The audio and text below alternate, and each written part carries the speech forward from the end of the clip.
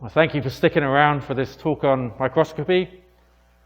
So this is really an introduction, and it's trying to encourage you a little bit to investigate this aspect of mushrooming and identification.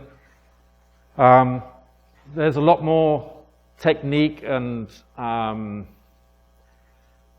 parts of the microscopy of looking at mushrooms that I would say is a bit more advanced. It's mainly because manually to prepare the samples is a little harder. So you have to cut the mushroom in a way across the gills where you create a Roman aqueduct. So you have the gill bits come down and then it's up like arches on a bridge. And that sample preparation takes a bit of practice. And so for this reason, I'm just going to look at spores and squash mounts, which are really simple to do. So I'm going to just mention like how microscopes work, how to buy a cheap one, calibrating, and then we'll look at the sample preparation and so on. And I've got a microscope here, and I can hook it up to the computer, and we'll have a look at a couple of things too. So the basic principle, you can see, has been around a long time. This is from 1885. So this is a commercial microscope from 1885. It's just sort of patented. The idea of microscopy is around even longer than that. But basically you have a light source, a condenser which helps focus the light onto the slide. We've got a little cover slip. Then it goes through the objective lens. And then there's another lens in the eyepiece, and then you see it. And so the light is sort of being focused in through the sample. When it comes out and it's collected by the objective and it's sort of focused in again, and then you've got the eyepiece that presents it to the eye. And you can see mirror images as well, so it might be turned, so it's a reverse of what you're looking at. So that description ends up in this sort of physical microscope. This is the same microscope that the club has. So if you are interested in trying this out for yourself and you don't want to go buy a microscope, you can borrow the club microscope. And it also has a camera on the top. So we've got the eyepieces up here. We've got the objectives, which are here. They're normally multiple objectives, so we can turn them and change the magnification.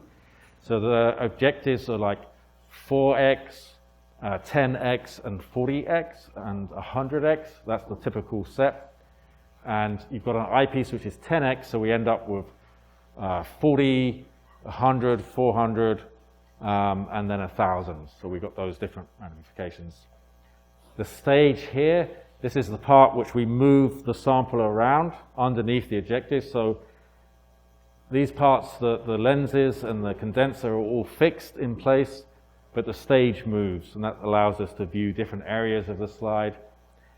And we've got a light source.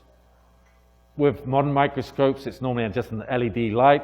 The really old scopes that you may have used at school had a mirror, so you put them in front of a window and it captured the light from the window and focused it up through the sample.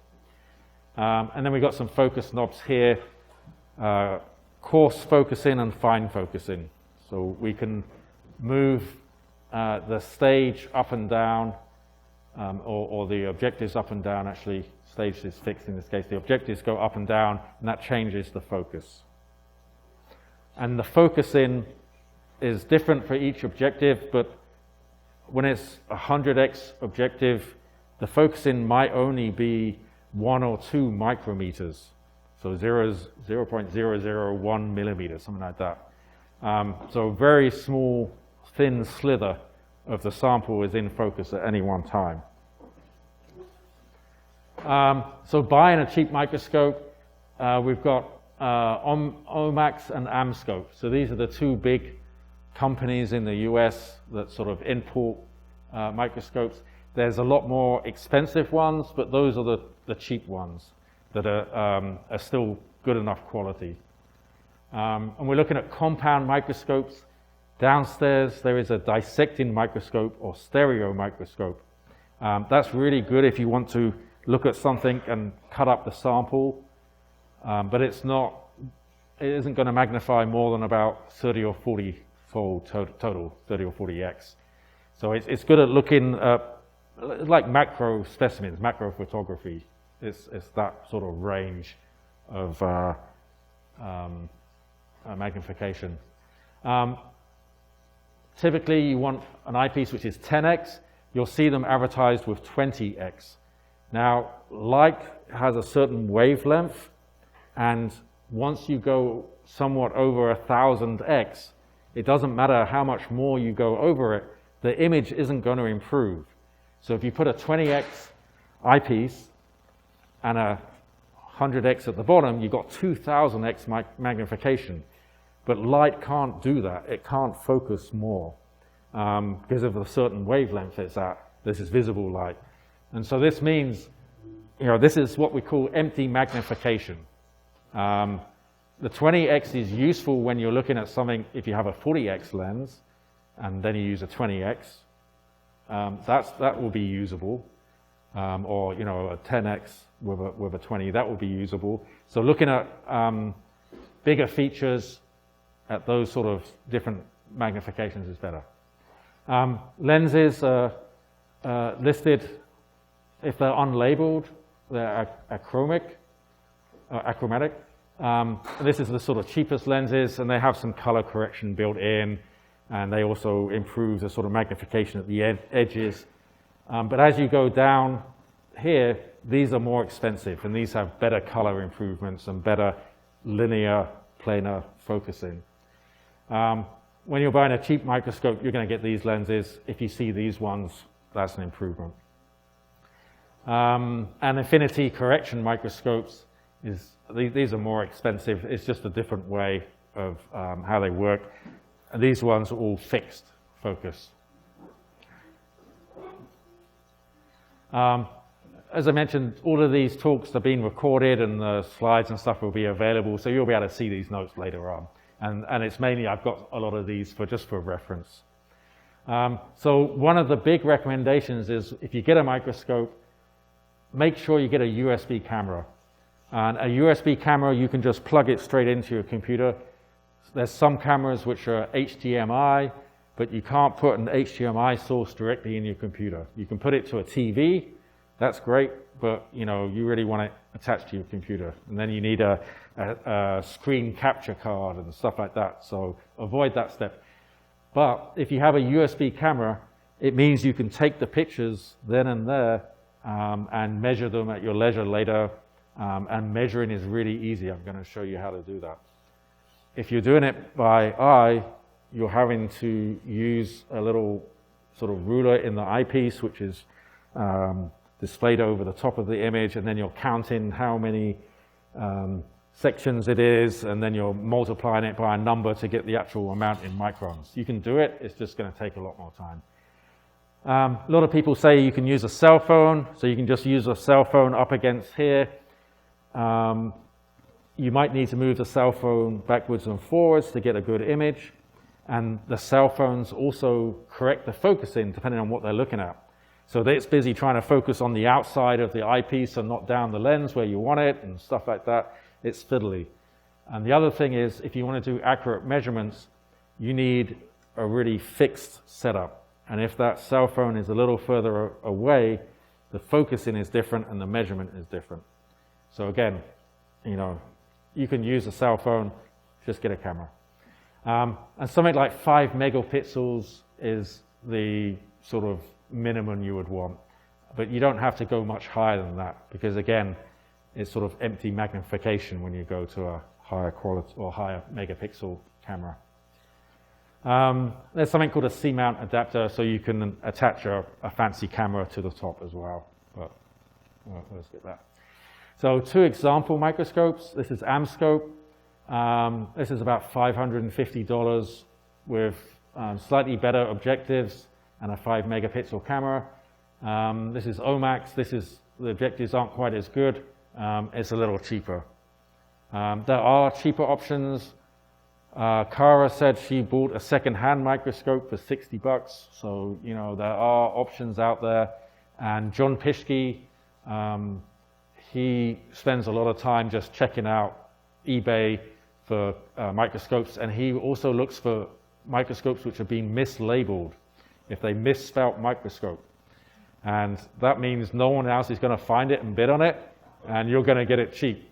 So, so you know, he has some searches which involve mislabeled products just to find this stuff. Yeah, so there is one microscope company that's starting up in India. I don't know how good they are, but these two, I've seen both scopes. They're both good enough. So calibrating. You get a slide, it normally comes with the microscope, and it has basically a ruler pre-printed on it. And when you magnify down, you can see the divisions, and each one of these divisions will be a fixed width, 0.01 millimeter or something like that. And then within the software, you can draw a line, and the software calculates how many pixels of the picture it is across.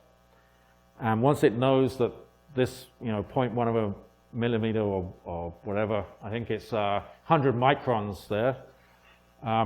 Once it knows that's 100 microns, it can then calculate for you X many pixels equals 100 microns.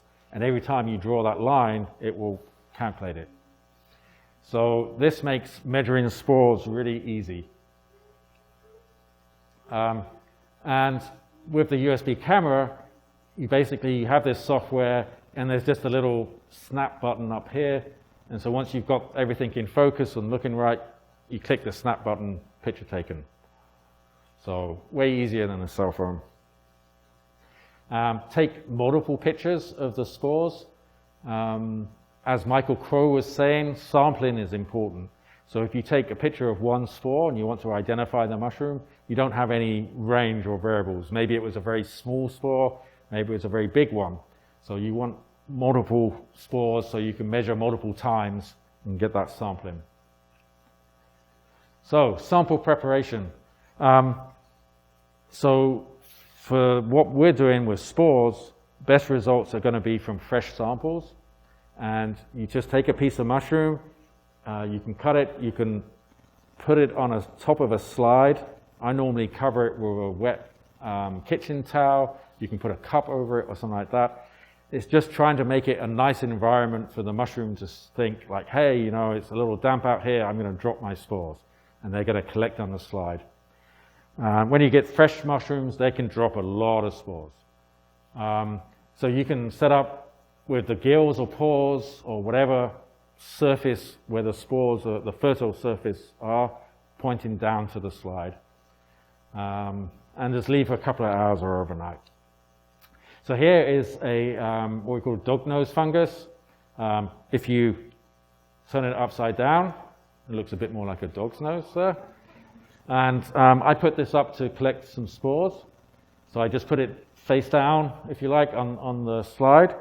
And I was quite surprised at just how many spores it dropped. So obviously you can tell in this case the spores are black. There's tons of them. And most fresh mushrooms, when you do this, you're going to get a lot of spores. You can kind of see you put a cover slip on the top.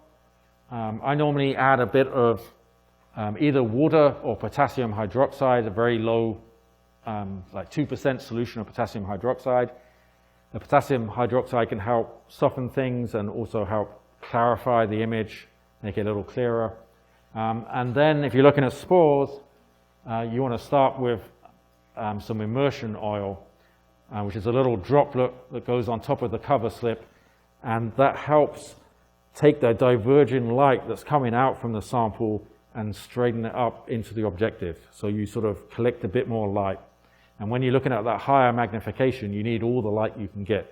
So just like taking a picture of a mushroom in the dark forest, Cara was using flashes to get more light there, or using reflectors to get more lights in the image. And so this sort of oil helps do that. So spore shapes, all sorts of different shapes. You've got sort of globular circle ones, you've got fusiform ones. These look like bullets, these look like squares, all sorts of things. And some of them are more complex in shape, hexagonals, some of them are decorated with warts on the outside. Rather than me going through the names of all these different wort or different spore shapes, I'm just going to point you to a web page, and again, you'll see this later, but you can just search mushroom spore shapes on the web, and you'll get a couple of pages which just show you all the different examples. And this is mainly for when you're trying to identify the mushroom. You'll look at the description, and the description will say the spores are a certain shape and a certain size. And so then you need to know, like, what does that description really mean? Yeah. So because we're looking, this is 1,000-fold magnification, we're looking at this sort of thin layer of focus, and everything above or below that point is out of focus. So we're only seeing a part of the spore at the same time. So you can see here we've got some sort of white dots, and you can see it's kind of spiky. And then when I change the focus, now these white dots are black. So I've moved out a bit, and I'm looking at the end of the spines around the spore. Oops.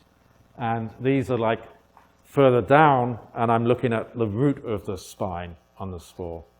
And so one trick you can do is take multiple pictures and stack them up. So you'll have the computer identify which part of the picture is in focus, and then join those up into one image. And it's more useful when you're looking at spores like these, where you can see these are pretty big warts. I mean, you can measure the size of those warts. That's 1 or 2 microns around the spore. And this is a eyelash cup species, Scutellaria. So again, the descriptions will say whether it has warts and so on, and using stacking software helps. There's a program, it's by a French author, Piximeter, and it is in English, but the description and the help is still in French. But you can switch it to the English version, and all the buttons are labeled in English and stuff. This is a great program, and once you've calibrated it, it's pretty much draw a line here, draw a line there, and it's going to calculate the 2 values for you and put it in a table. And so as you keep measuring the spores, it will keep adding those up in a table, and there is a little indicator just there, and when it's green, it means you sampled enough and they're all similar. You know, so you've got a good collection of spores. And often you'll see on iNaturalist, these will be reported. You've got the smallest measurement, the biggest measurement, and then the average and the range. And so you have a complete sort of readout of the extremes of the measurements and what the average is. And that's what you want. So sample preparation squash mounts. So this is good for jelly and cup fungus, morels, and you can use some surfaces of mushrooms as well. You can even take a little bit of the gills and just squash it as well. So you place a very thin sliver of mushroom on a slide, add a drop of water or potassium hydroxide. If you're going to stain it, there's some stains you can use, and I'll mention those in a minute. You can add some stain, put a cover slip on the top, and just squash it down. You can use the eraser of a pencil or your thumb, doesn't matter, but you want to give it a squash and squidge it around a little bit, and that will just spread everything out.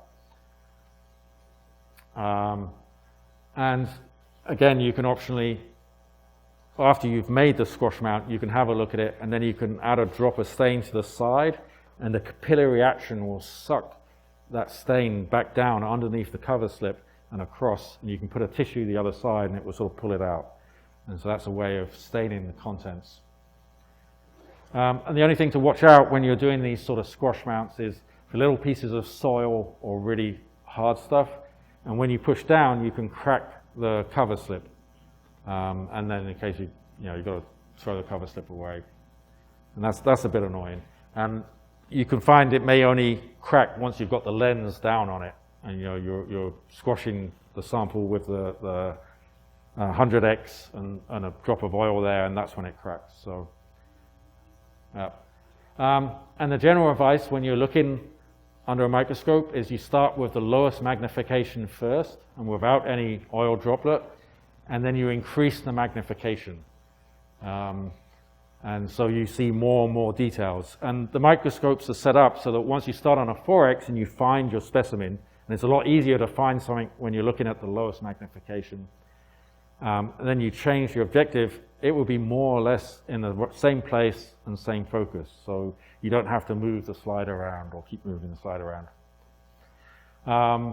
And then you keep taking pictures of the features that you see, and then once you want to get to the spores, then you put an oil drop on the top. And it's not so easy to go backwards, because you can't easily remove the oil once it spreads out on the cover slip, and you don't want to get oil on the other objectives. So that's why. So what are you looking for? Most times you have an idea of what you're working with. It's not some random mushroom that you have no idea. And so you look up for that genus, like, what are the features of this mushroom? Does it have a certain spore shape or size? How am I going to use this information to verify what I have? So you're going to be looking at spores. There's also some asexual spores or conidea that you can find. You're looking at hairs at the edge of the mushroom or other sort of physical features. The ascus, the cystidea. So there's a bunch of stuff you can look at within the mushroom or whatever that helps you ID it. So here's some spores. They're in an asci, and we've got also the color. This is a scarlet cup that's found in spring, and there's two different or multiple different species of this cup, at least two of which we find around here, and it's difficult by eye to determine which one you have. And so you've got to look at the spores, and you've got to look at the size and shape of them, and it has some hair on the undersurface, and you want to see if that hair is straight or if it's tangled up. And so that's what, I'd read about this, I knew it was one or two species, and then I had a look. I do a lot of work with eyelash cups, and in this case, they have the margin hairs. So this is the hairs at the very end of this little eyelash cup, and you need to measure these. You need to measure the length, you need to measure the width of them, and there's a key that uses all this information to figure out which species it is. And so this is something like 40x magnification here, and I've got the whole hair in. There's also the roots of the hairs. Sometimes they have a complex root with these little roots coming out, and sometimes it's just ends. The hair just pretty much ends. And that's, again, dependent on species. And we've got, this is Ascomyces, and so we've got the asci and the spores inside. We can measure the length of that. This is from a little yellow sort of blob of it's not really a jelly, but it's that sort of thing. Conidea, I don't know how to pronounce it, conidea. So this is a larger asexual sort of spore type thing. So these are a lot bigger, and you can, again, look for those. Now, next thing is stains. So as I mentioned, potassium hydroxide, 2% solution. That's used very often just to set up the slide and help sort of make it a clear picture. Some people use ethanol, especially when it's a dried sample. So they put ethanol on first to help it sort of hydrate, and then they add stains afterwards. Michael Crow uses phloxin B. For Ascomyces, a lot of people use Lactophenol Cotton blue. And a very hard one to find is Messlers, which is an iodine solution, and it's mixed with compound chlorohydrate, which is a knockout drug. So this is used illegally, putting it in drinks to knock people out. And because of this bad use of the compound, it doesn't have any smell or flavor, it's basically banned. But you can buy Metzler's, you can import it from Germany for $20, $30 a bottle, and from a mushroom supply thing. It's pre-mixed, and it's at that point it's got iodine mixed with it. So you you're only buying 10, 20 milliliters of it, and that will last you for ages. It's not going to knock anyone out, or rather, they're going to be able to taste and smell the iodine. So it becomes a safe substance at that point. So phloxine B. So we can look at clamp connections. This is where cells join each other and they form a little loop, and that's how they connect to the next cell in the line. And we can see some fancy shapes here. So this stains the intercellular cytosolic components. So the insides of the cells is what it stains. And like I say, Michael Crow's stain of choice. So he dries his specimens and then uses this stain all the time. Lactophenol Cotton blue, often used with Ascomyces and to look at spore decorations. So this is just a little brown cup mushroom that we see a lot, and you can see it's got end caps on the spores and a little bit of few warts. And this is Sculolinea, and this has got really big, obvious warts on there. And then Meslers, we use it with Amanita species, and some of the subgenus Lepidella, they have amyloid spores. They react with the iodine in the stain. So this is a same sort of starch reaction that you might have done at school a long time ago. Also got some Ascomyces. The ASCII can stain blue at the end, at the tip. And again, these are identifying features. These cheaper microscopes come with software called TopView, and it's included with the camera. It's a little finicky on using it and setting it up, but once you've got the hang of it, it's pretty easy. And you can do simple image stacking in that as well as a download link. And then this Pixiemeter program, this is free. As someone described it, one handy program for measuring spores. It only does the one thing, it only measures spores, but it's great. And there's specialized software for stacking if you want to do that. And these software stacking programs don't just work with pictures from the microscope, they can work with pictures from cameras as well. So you can do macro stacking of photos. All right, so we've got a ton of mushrooms downstairs. So the question is, what do we do if we want to look at these later on? So the answer is to dry them. You can put them in a food dehydrator, set to about 50 degrees centigrade, 120 Fahrenheit. If you put it much higher than that, you'll destroy the DNA. It doesn't matter for as far as microscopy goes, but if you ever want to use a sample to do DNA barcoding, then you want it at a lower temperature. Small mushrooms can be dried whole, larger ones cut up into quarters or slices. And if you have an ID slip, keep it with the specimen so you know what it is, and you can pack it in a little plastic sandwich bag when it's done. And it wants to be crisp, so cracker crisp. That's what I want to say. Yeah, so literally if you take it, you can snap it. It wants to be that sort of dry. And you can upload it to iNaturalist if you have that slip and so on. And if you do upload it, record the iNaturalist number. And that's just your basic record keeping. And after you've sort of dried it, put it in a bag, throw it in a freezer, and that will sort of kill, or at least should stop most of the worm eggs from hatching and so on. So not only is it dry, there's no moisture there, it's frozen, and that means that it will be safe on the shelf. You don't have to keep it frozen, it'll be safe on the shelf forever. Yeah, store in a low moisture environment.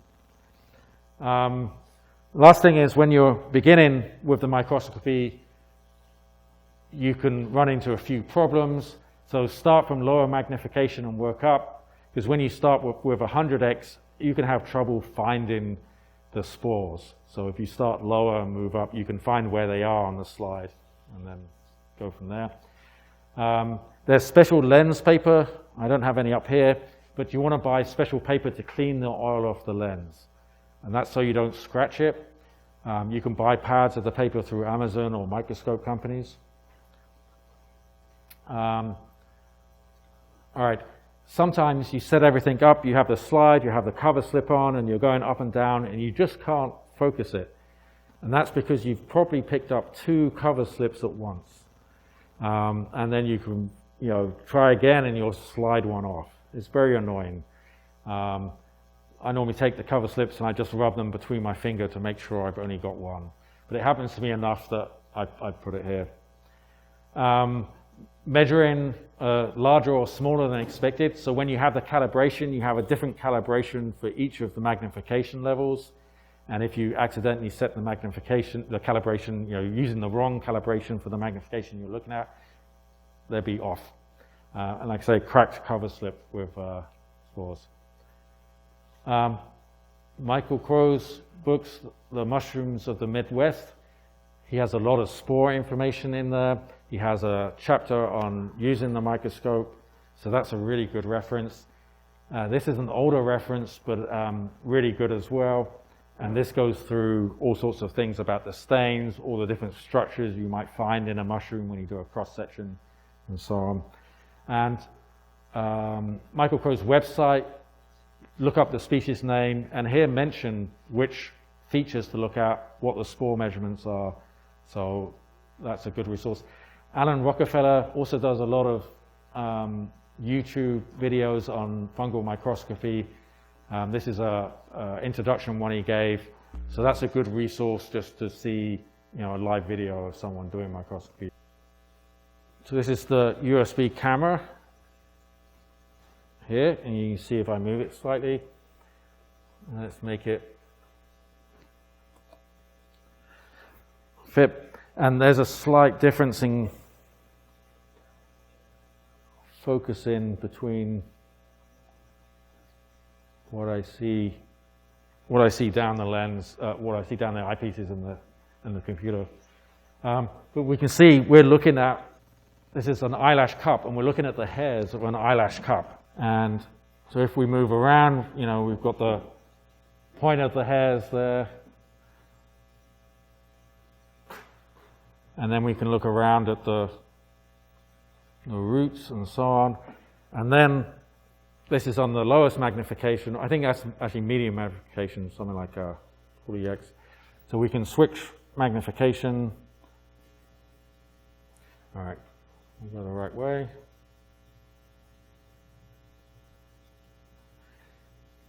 So now we're sort of zoomed in a bit, and we can go around, and we can start to see the edges. You can see some sort of circular objects. Here we go.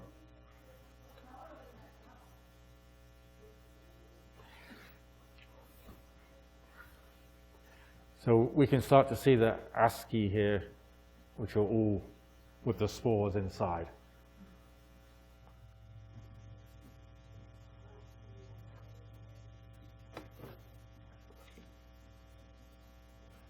All right, so this is pigskin poison puffball.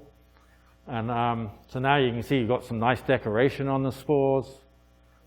And if you want to take these to measure, you just click the snap button and then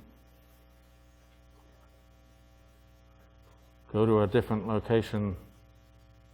Can you see as I go through the fine tuning, so you can start to see the spines, and then you can start seeing as we're going through. So now we're about the middle, and then we're going through the other side. And it's blurry on the other side of the spore because it's not the top. You can kind of see the spores there. Did you see that okay? Yeah.